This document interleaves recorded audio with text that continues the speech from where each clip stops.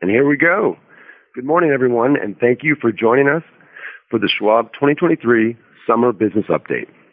We certainly weren't going to let a little searing Texas heat wave get in the way of providing you with a strategic update on our business. This is Jeff Edwards, Head of Investor Relations, and I'll be followed very shortly by our esteemed presenters, Co-Chairman and CEO Walt Bettinger, President Rick Wurster, and CFO Peter Crawford. Before we kick off, let's briefly hit on a few housekeeping items. Similar to past events, I'll be helping facilitate Q&A, and we are still abiding by the one question, no follow-up format. We also ask that you save any clarifying or reconciling questions regarding this morning's reported quarter for the IR team. Today's slides will be posted to the IR website at the beginning of Peter's remarks. Okay, before we get on to the engine stuff, let's stop by everyone's favorite slide, our forward-looking statements page, which reminds us all that the future is inherently uncertain, so please stay up to date with our disclosures. And with that, Walt, please take it away. Thank you, Jeff, and good morning, everyone. I'm looking forward to another triple-digit day here in Texas. It's a beautiful day, but it definitely will be a scorcher. Well, a number of years ago, I used an illustration that seems timely to resurrect. When my office used to be in downtown San Francisco, I would often look out toward Treasure Island early in the morning, only to see dense fog. And the fog would not only mask the beauty of Treasure Island, it would often be so dense that you couldn't even see the island out in the bay. In fact, if you didn't know it was there, you might not even realize Treasure Island even existed. In some ways, it seems to me that the fog has settled in again, just as it did a few years ago. And that fog is clouding how some see Charles Schwab today. Years ago, the fog represented the extended period of ZIRP, or zero interest rates. Today, the fog represents the short-term challenges brought on by the near-record pace of interest rate increases by the Federal Reserve. But as we all know, the fog clouding Treasure Island ultimately lifts, and the beauty of Treasure Island becomes clear. And of course, Treasure Island represents Charles Schwab. Some look at the fog and only see fog. Some look at the fog and know what is temporarily hidden by it, and recognize how that fog is currently masking the extraordinary progress we are making as a firm. Those who know what is hidden by the fog recognize our ongoing organic growth and market share gains, successful execution and integration of the largest brokerage combination in history, ideal positioning with leadership positions in the two fastest growing areas of investment services. That's serving registered investment advisors and serving independent-minded individuals. The low-cost provider today and poised to widen this advantage over the next 18 to 24 months. And exceptional profitability, even in the most challenging of times. Today's presentations and discussions are intended to help more people understand the fog, as well as what is hidden by the fog. So thanks a lot for following along. Although still somewhat uneven, the second quarter began to show some signs of an improving economic and investing environment. Inflation began to moderate, and while the Fed paused its record pace of interest rate increases, at least for the month of June. As equity market volatility fell, overall equity markets performed reasonably well. But it was an exceptionally narrow market, with just a handful or two of large-cap growth companies accounting for a significant percentage of the solid performance.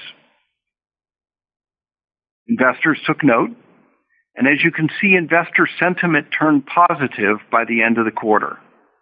Our investor clients remained relatively active in the markets, making over 5 million trades per day, and with purchases exceeding sales by about 20%. Year to date, our clients have entrusted us with over $180 billion in net new assets, a strong number given the tax month of April falls in the first half of the year, and a level of net new assets consistent with our long-term historical trend of net new assets between 5 and 7% of our total asset base. In addition, clients have opened approximately 2 million new accounts year to date. Key client metrics continue to be solid.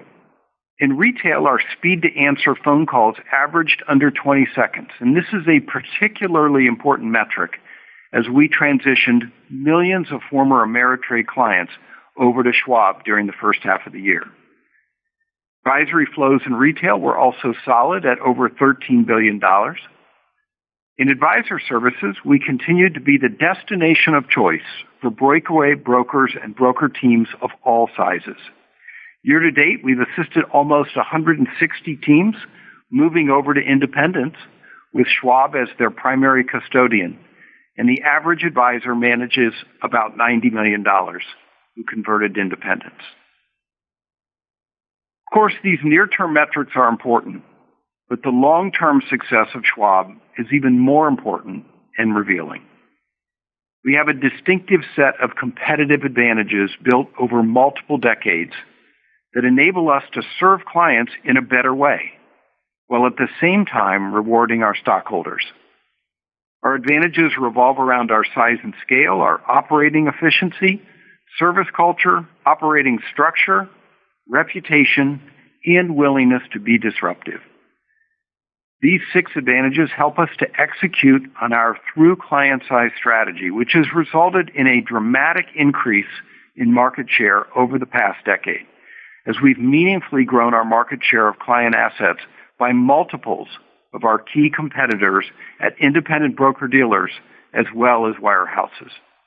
Now, this change in market share is more than simply numbers on a page. It represents millions of clients and hundreds of billions of dollars of client assets proactively choosing Schwab, and in doing so, getting a better deal than what they traditionally experienced. And while our scale and efficiency has positioned us as the low-cost provider for many years, we are ready to widen that gap meaningfully in the next 18 months as we reap the efficiency and automation benefits of the Ameritrade integration. We anticipate the realization of expense savings to be substantial. In addition to the remaining $500 million of synergy savings that we originally committed to as part of the Ameritrade acquisition, we now anticipate achieving at least an additional $500 million in future expense savings. These savings will come from a variety of areas: real estate savings, lower headcount from efficiencies gained via automation built and implemented as part of the integration work, streamlining our organization to ensure we are set up to operate most efficiently post-integration, and the removal of temporary expenses that were associated with the integration that we added to ensure a smooth and thoughtful process for our clients. Now, Rick, before I turn it over to you to discuss in more depth where we stand with our integration process and the ongoing success we're seeing with existing clients and new prospects, I wanted to simply reinforce the strength of our firm. The successful track record we have built up over decades continues. The competitive advantages we have built continue. And I'm quite confident that the fog temporarily shrouding our firm will lift, and sunny days will return in the coming quarters. Rick? Thank you, Walt, and hello, everyone. Our efforts remain squarely focused on our 3 strategic areas: scale and efficiency, win-win monetization, and client segmentation. In our time today, I'll highlight the progress we've made in each focus area and talk through the opportunities that we see ahead. Starting with scale and efficiency, integration has been and remains our number 1 priority. Over Memorial Day weekend, we completed the largest brokerage conversion in the industry, moving more than 5 million client accounts from Ameritrade to Schwab. Thanks to the dedication of an incredible team, the conversion was a success. No material issues occurred despite the fact we migrated 11 times more clients than our previous February conversion weekend. Client engagement has been strong, with 1.3 million clients logging into Schwab within the first week following the conversion weekend. In fact, Schwab's second largest market open occurred with no issues on the Tuesday immediately following Memorial Day. And by the end of the day on that Tuesday, our service levels had returned to normal, with us answering calls at an average of 7 seconds just a day after the conversion. More broadly, client and asset attrition within our conversion groups have been below expectations. While we are still in the middle of what has been a successful client conversion, we remain laser focused on seeing it through to completion in the months ahead. We are on track to migrate the remaining Ameritrade clients in 3 additional transition groups in September, November, and in the first half of 2024. One of the exciting parts of our conversion is the combined capabilities for our clients, whether they are a retail client or an advisor client. And I'd like to start by sharing the benefits on the retail side. We have invested in our web and mobile experiences at Schwab to ensure we have the best of the features and functionalities of both firms. Our former Ameritrade clients will have access to the full spectrum of portfolio and wealth management solutions that we have had at Schwab. Ameritrade clients will also be able to access our banking capabilities, our branch network experience, and our exceptional client service.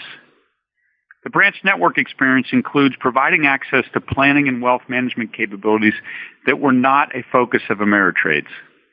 We believe that will help Ameritrade clients consolidate at Schwab rather than rely upon a second firm. Now, let me discuss the benefits to Schwab's retail clients. One of the biggest enhancements for existing Schwab clients will come when we make thinkorswim available to them later this year.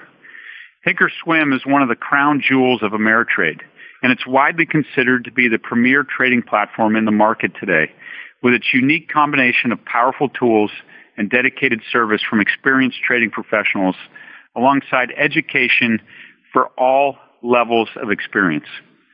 And all retail clients will have this at our competitive pricing, representing our true no trade-offs approach.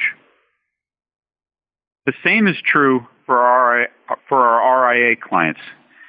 Ameritrade advisors will migrate to Schwab over the September conversion weekend, but they already have access to meaningful aspects of our RIA experience. Ameritrade advisors already participate in our flagship industry events, including Impact. They've started to benefit from our leading business consulting offer, including participating in our annual benchmarking study and the executive leadership program. And we've included them in our RIA industry advocacy programs, while also giving them access to resources like our strategy desk, which educates advisors on how to use various option strategies through one-on-one consultations, as well as our block desk, which helps advisors to optimize their best execution process. And as we look to Labor Day weekend, preparations for conversion are well underway, and advisors are engaged. 80% of firms who only custody with Ameritrade have already begun to credentialize themselves. Over 20,000 VEO1 users have accessed Schwab Advisor Center to test drive our platform. Over 5,000 firms to date have attended at least one educational webinar session. And we are spending the summer helping firms get familiar with our technology, our investment offerings, and our people so they are ready to do business at Schwab after Labor Day weekend. And after conversion, all advisors will enjoy the full benefits of our combined offer, a custodial platform that is designed to help RIAs of all sizes grow and succeed. Schwab advisors will benefit from award-winning platforms and capabilities like ThinkPipes, iRebal, and from Model Market Center technology. And Schwab Advisor Center will incorporate VEO1's most popular features and functionality. Ameritrade advisors will have access to the breadth of Schwab's offer, including Schwab Charitable and Schwab Bank. We believe there will never have been a stronger custodial offer in the market than coming out of the conversion weekend. Turning now to win-win monetization, clients are continuing to come to Schwab for advice, and we've seen strong flows in our full-service wealth programs and our managed investing solutions. Schwab Wealth Advisory had $5.9 billion in net flows for the first half of 2023, an increase of 89% compared to last year. And notably, some of these inflows are being driven by a meaningful increase in flows from existing advisory clients, which combined with a strong client promoter score demonstrates the value clients see in the offer. It is also worth noting that 20% of flows into Schwab Wealth Advisory in the first half of the year were from Ameritrade FCs, validating our belief that there is a large untapped demand among Ameritrade clients for more help and advice, a significant asset and retention opportunity which we are excited to capture in the years ahead. Client interest in the Wasmer Schroeder strategies continues to be strong, with $2.8 billion in net flows for the first half of the year. In just a few years, Wasmer Schroeder strategies have gone from 0 to 31% of our managed account solutions assets at Schwab. This clearly demonstrates our ability to drive win-win monetization as clients have benefited from lower cost fixed income strategies than they had previously, and we are benefiting from outsized flows in fixed income. Ameritrade clients migrating to Schwab are showing appetite for our advice offers. When we look at net flows into our managed investing solutions year to date, more than $280 million came from legacy Ameritrade clients after they migrated to Schwab.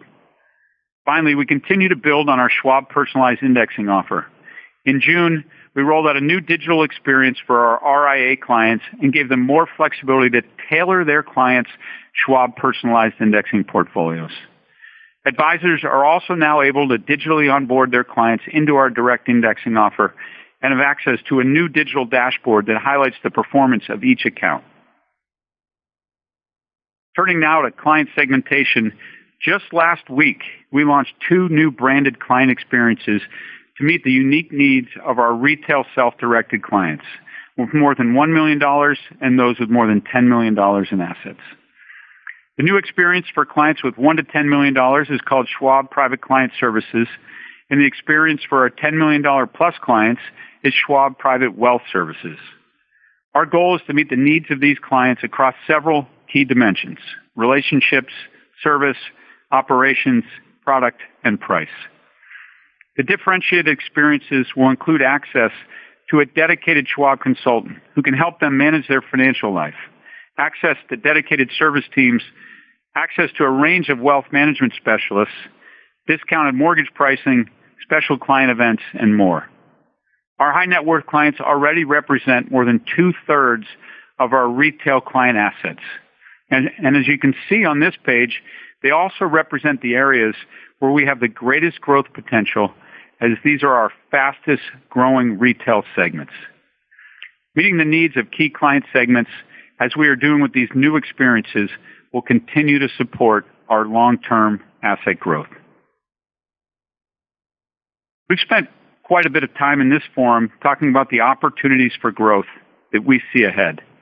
I've described in some detail how our strengths have positioned Schwab to sustain an organic growth rate of 5 to 7% over the long term by attracting new assets from existing clients and attracting new clients to Schwab. These strengths include a client base that is in the peak of wealth accumulation, dedicated relationships, our commitment to RIA growth, our brand, our acquisition model, and our workplace pipeline. As Walt shared earlier, our 2023 year-to-date organic growth rate remains in this consistent range, north of 5%, and we are well positioned for this to continue. As we've shared in prior quarters, we have an attractive $3.5 to $4 billion revenue opportunity ahead in wealth management as we increase advice penetration among retail clients and grow our lending offer for all clients. I'll wrap up where Walt started. Our Through Clients' Eyes strategy remains our North Star.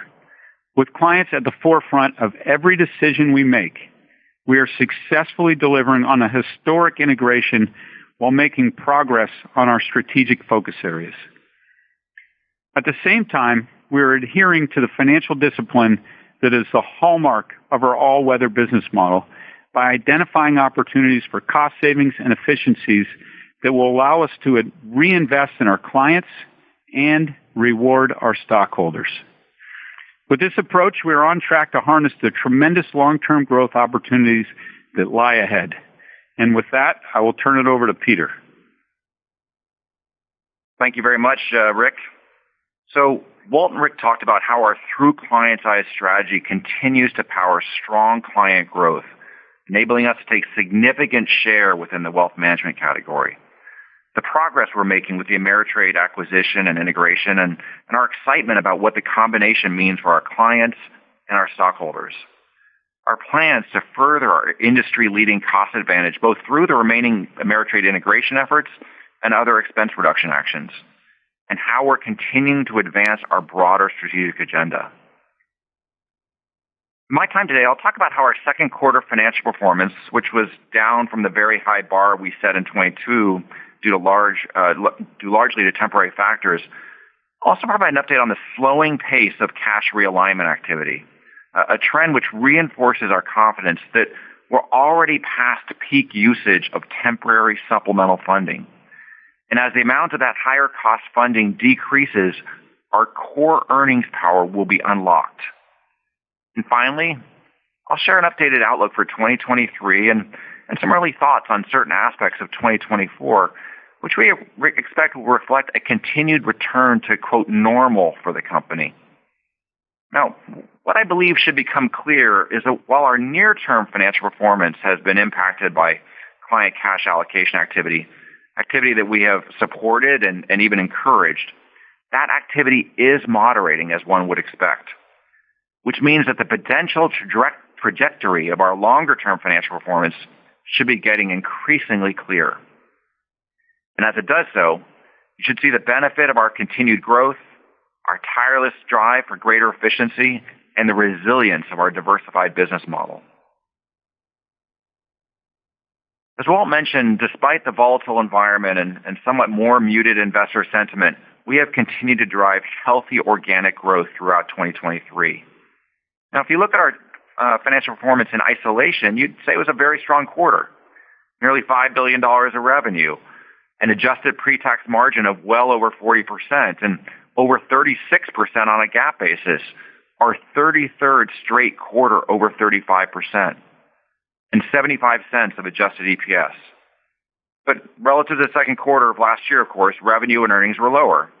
And this is almost entirely the consequence of client cash allocation activity, which has led to lower interest-earning assets and greater usage of higher-cost supplemental funding, primarily CDs and FHLB, which we have utilized to support this activity. Utilization which is temporary in nature and therefore is not expected to weigh on our long-term financial performance. And in fact, assuming stable client engagement, we believe our net interest margin this past quarter should represent a trough for the year. Speaking of interest-earning assets or assets in general, bank deposits were down 7% sequentially due to client cash allocation decisions, but we saw a significant decrease in the pace of that activity from April to May and then May to June. Our liquidity position remains quite strong, and our capital position continues to get even stronger, with our consolidated Tier 1 leverage ratio rising to 7.5%. And what we're calling here our adjusted Tier 1 leverage ratio, which is inclusive of AOCI, and therefore what our binding constraint would be if we lose the AOCI opt-out, that ratio at our three banking subsidiaries all topping 4% by the end of the quarter.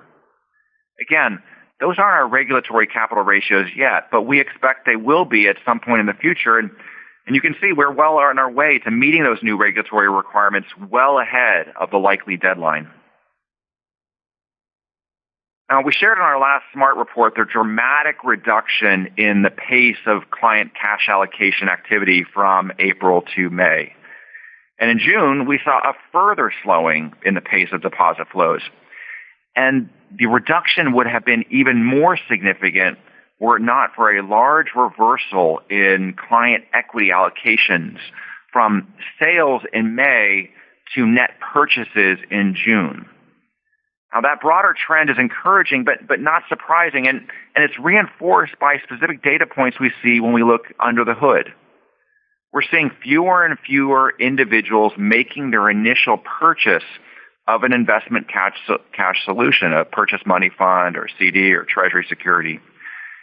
And since the clients with larger cash balances moved first, again, not surprisingly, the average size of those initial purchases has also come down. In June, and this is really important, in June we also saw a net deposit increase for our advisor services business. And that's significant because in this and in previous cycles, advisor services has tended to be a leading indicator of what will happen with investor services, realigning first as rates start to rise, and now slowing substantially, and as I said, actually increasing slightly their Schwab One and Bank Sweep balances in the month of June. And that's, again, despite of net equity purchases. As you all know, we have supported this client cash allocation activity first via a range of organic sources, cash on hand, as well as cash that comes in via new accounts, and also with principal and interest payments from our securities portfolio. But to the extent that those three sources have been insufficient, we have utilized a mix of temporary sources, including CDs and short-term funding from the FHLB. Now, barring an unexpected increase in deposit outflows from clients engaging more actively in the equity markets, the pace of that activity has now dropped to a level that we can cover with those organic sources. In fact, we have not initiated any new short-term borrowings or CDs since late May, which means that we have already seen a decline in that supplemental funding. Again, that encompasses CDs, FHLB, and repo, of $12 billion since the peak in late May. And as client cash realignment continues to slow and eventually reverses, we'd expect those supplemental funding balances to continue to decline over the next 18 months and be mostly paid off by the end of 2024. And this means that they should not really be a factor in our earnings picture in 2025 and beyond. Looking ahead to the rest of the year, as client cash allocation activity abates, we'd expect to see a return of transactional cash growth later this year.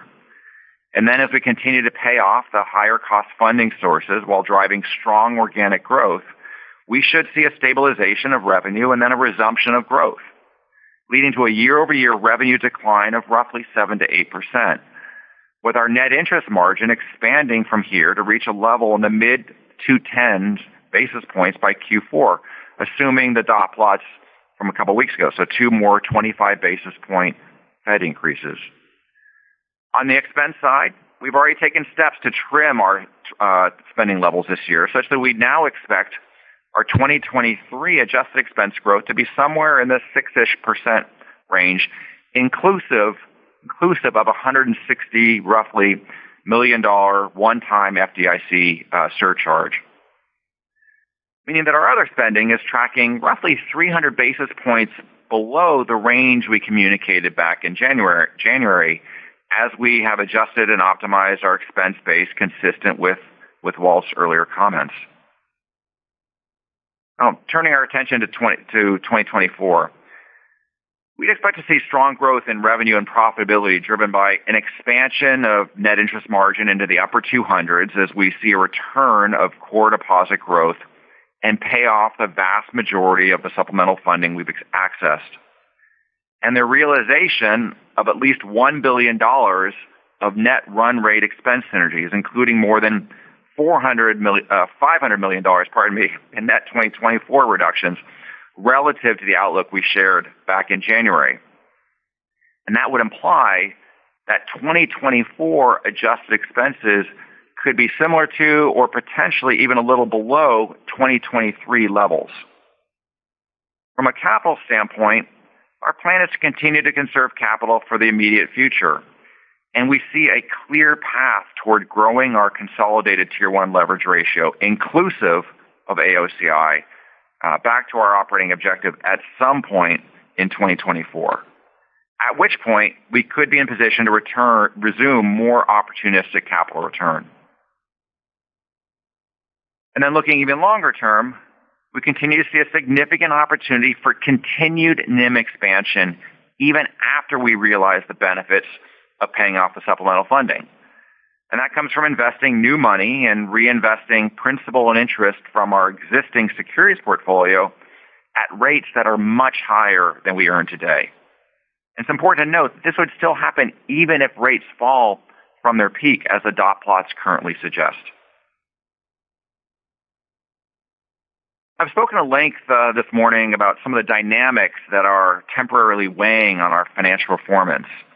And as those dynamics fade into the background, we remain very confident that our financial formula will reassert itself to drive long-term earnings growth, as it has for multiple decades. It's built on our through client's eyes strategy and no trade-offs approach, which positions us to drive sustainable and consistent organic growth.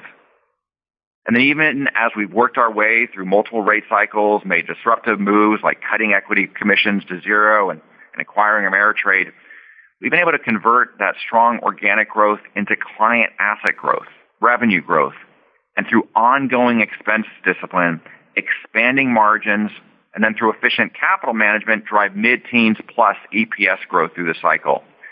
That has been the financial formula for Schwab for much of our history. And as we emerge from this unique period, we're extremely confident it will continue to reward our long-term stockholders for years, decades to come. With that, I'll turn it over to Jeff to facilitate our Q&A. Jeff. Thank you, gents. Operator, can you please remind everyone of our process and go ahead and start the Q&A portion of the program? Yes, thank you. At this time, if those on the phone would like to ask a question, please ensure that your phone is unmuted, press star 1, and record your name clearly when prompted. If you would need to withdraw your request, you may press star 2. Again, to ask a question, that is star 1. And our first question is from Ken Worthington with J.P. Morgan. You may go ahead. Hi, good morning. Thanks for taking the question. My question is on the revenue synergies from Ameritrade and your expectations now.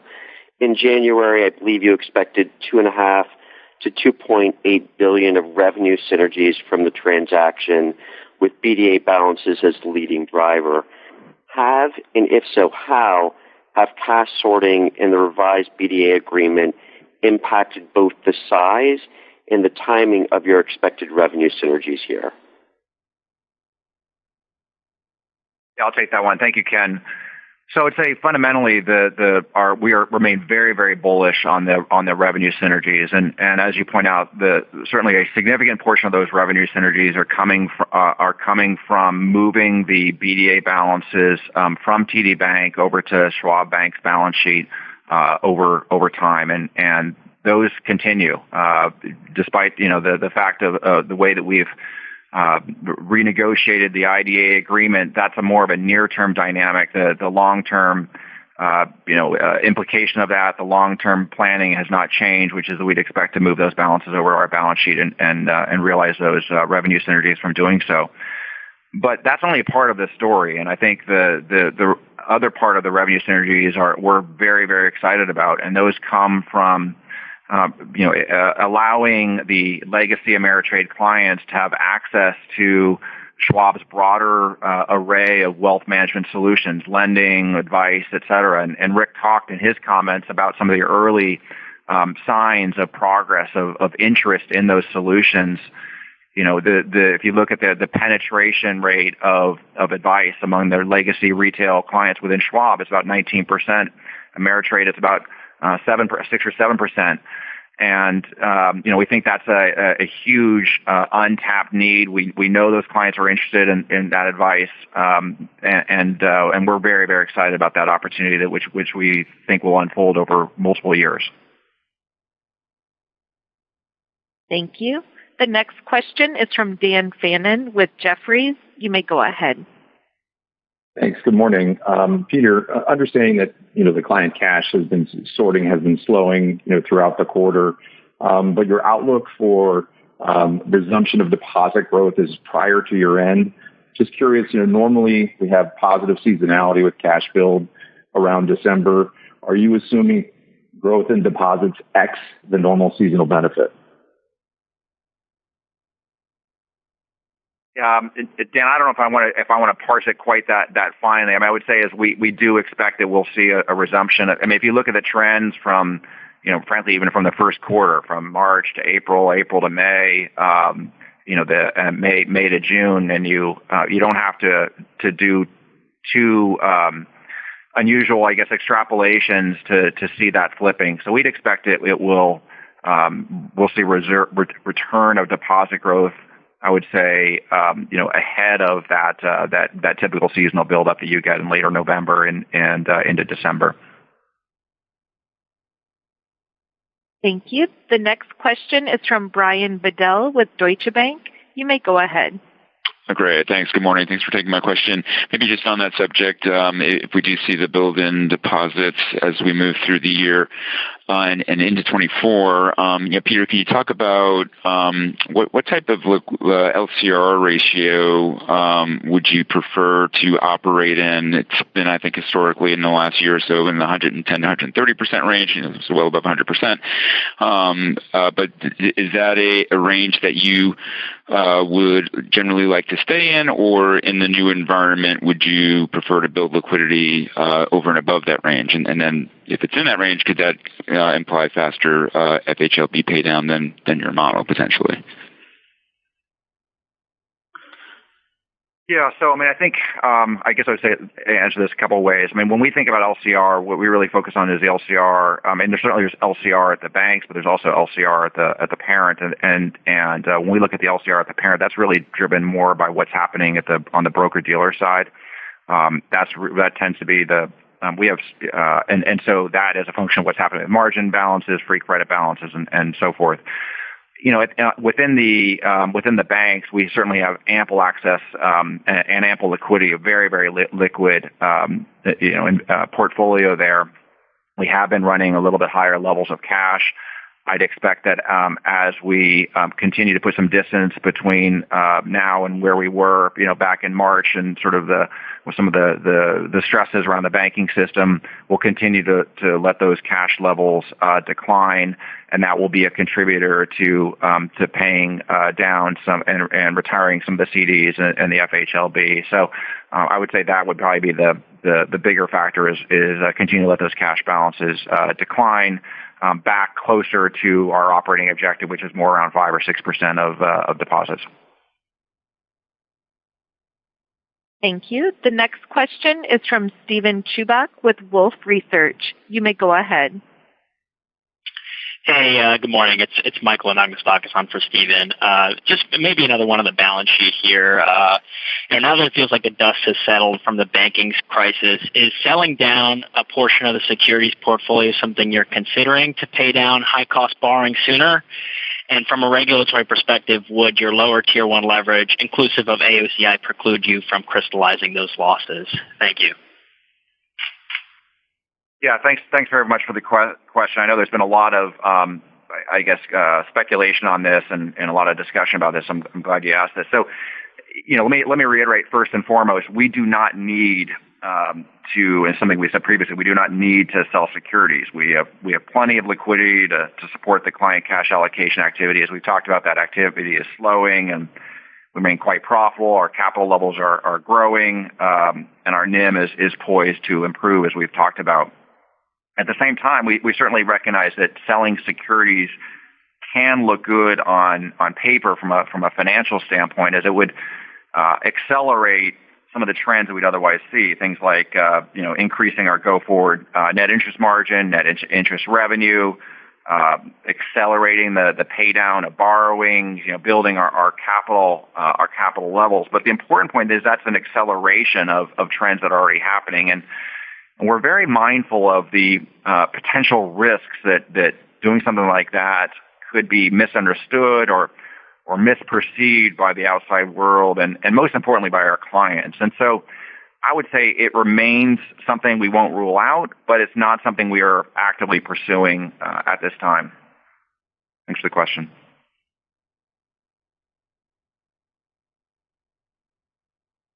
Thank you. Our next question is from Michael Cyprys with Morgan Stanley. You may go ahead.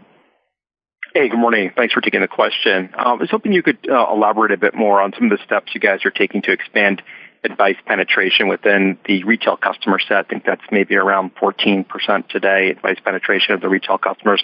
What actions can you guys do to accelerate and lift that higher over time? What level do you think is achievable if you look out like 5 years? Is 20% reasonable? And which offerings and services do you think will be the most meaningful in helping drive that uplift?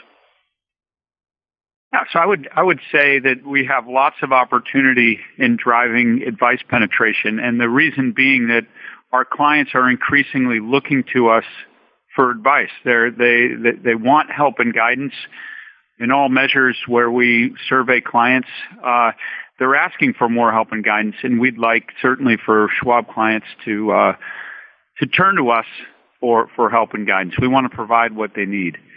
We've done a lot to try to bolster our offerings, and I'll share a few things. The first thing we've done is we've taken our proprietary Schwab Wealth Advisory offering, which is our full-service wealth management offer to clients, and we've invested in it tremendously in the past couple of years.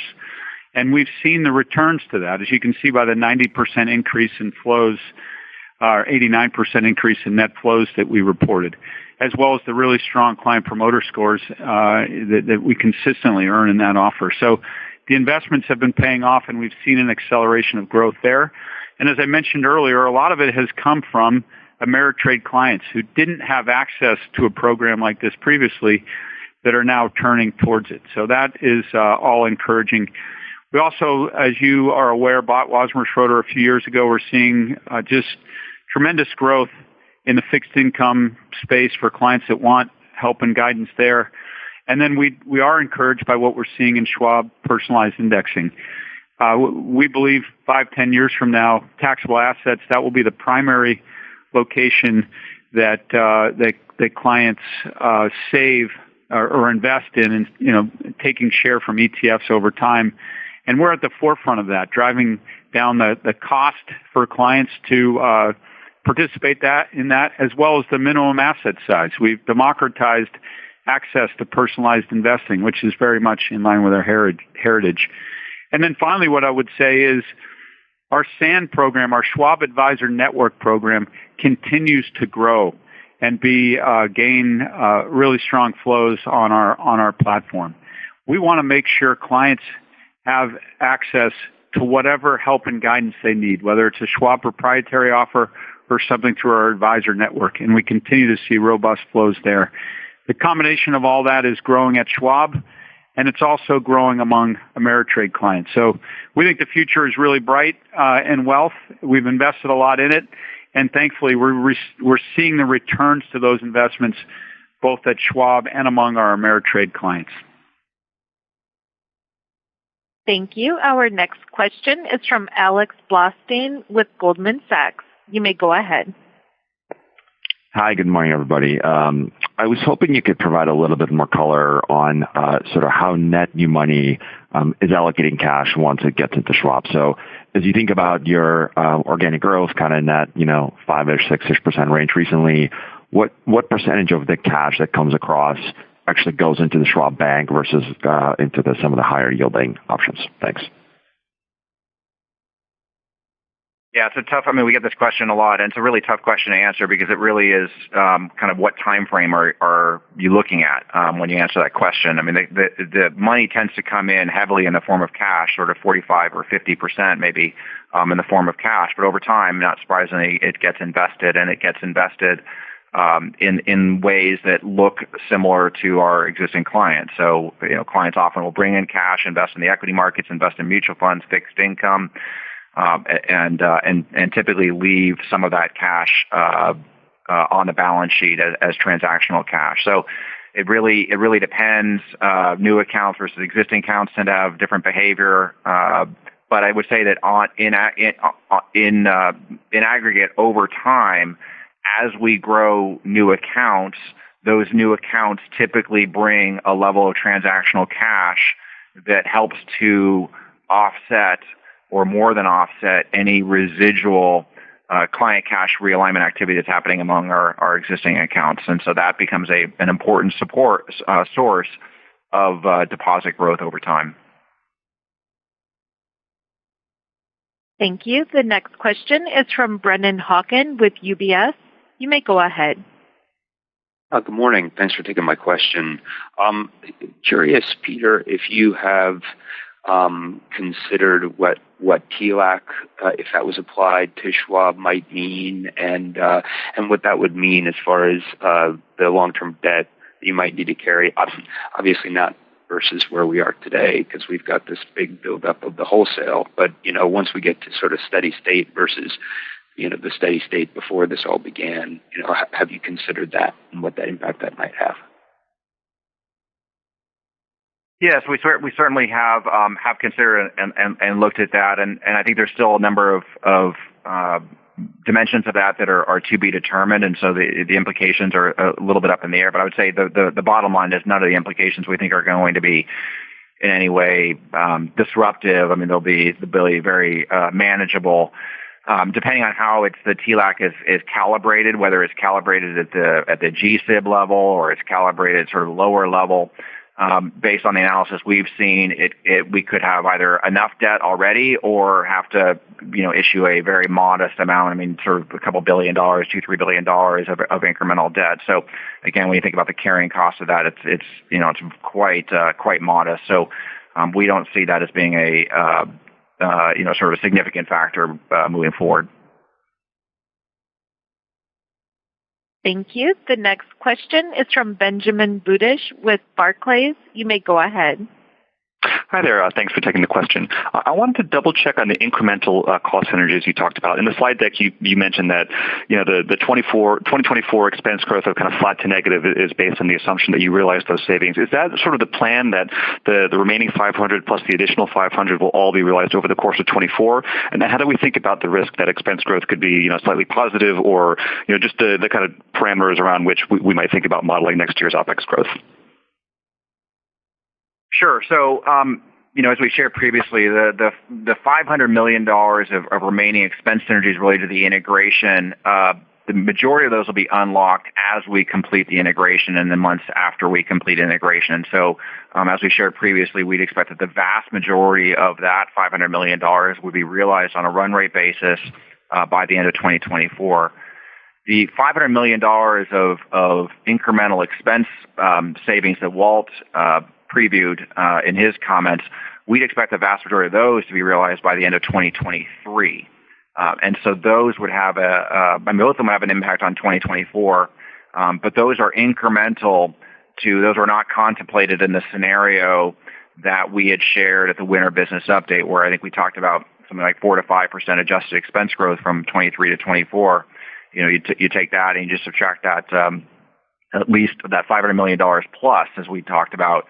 That's how you get to flat to negative adjusted expense growth from 23 to 24. But again, given the fact that we're realizing some of the expense synergies related to the integration in 2024, that will clearly have a benefit as we go from 24 to 25 as well. So it's really looking at 2 years of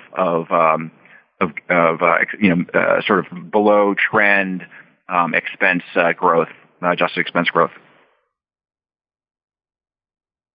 Thank you. The next question is from Chris Allen with Citi. You may go ahead. Morning, everyone. I was wondering if you could provide an update on the technological improvements expected for the lending platform this summer. And assuming deposit growth picks up later this year, how do you see the asset side of the balance sheet expanding? Do you see more of a mix shift towards lending versus rebuilding the securities book? Yeah, we've got some exciting developments on the lending side. One of the things we're thrilled to do is launch a digital pledged asset line experience here during the month of July to our advisors. And we anticipate that will be among the easiest and fastest pledged asset line experience in the industry. We'll do the same in retail. We'll follow with retail. And there's a number of other things we've done on the lending side to make it easier for our higher net worth clients to get a mortgage through Schwab. We've also done things you've seen, I'm sure, with our Investor Advantage pricing, which makes taking a loan through Schwab, if you're a client and have assets with us, again, among the lowest cost places to get a loan. So we see the opportunity for meaningful growth here.